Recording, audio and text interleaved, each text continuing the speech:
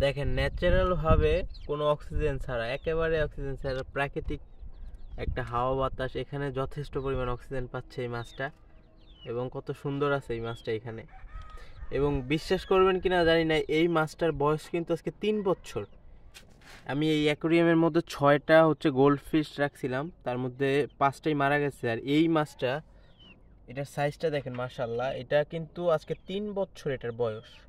3 বছর ধরে এটাকে হচ্ছে পালন করতেছে। আর এটা ছাদে রাখার একটা কারণ হচ্ছে ওই যে দেখেন ওই পাশ থেকে এটা ফেটে গেছে, তার জন্য এটাকে আসলে ছাদে রাখা হয়েছে। অল্প অল্প একটু একটু একটু একটু পানি পড়ে, 1-2 ফোঁটা করে, তো ঘরে রাখা হয়নি।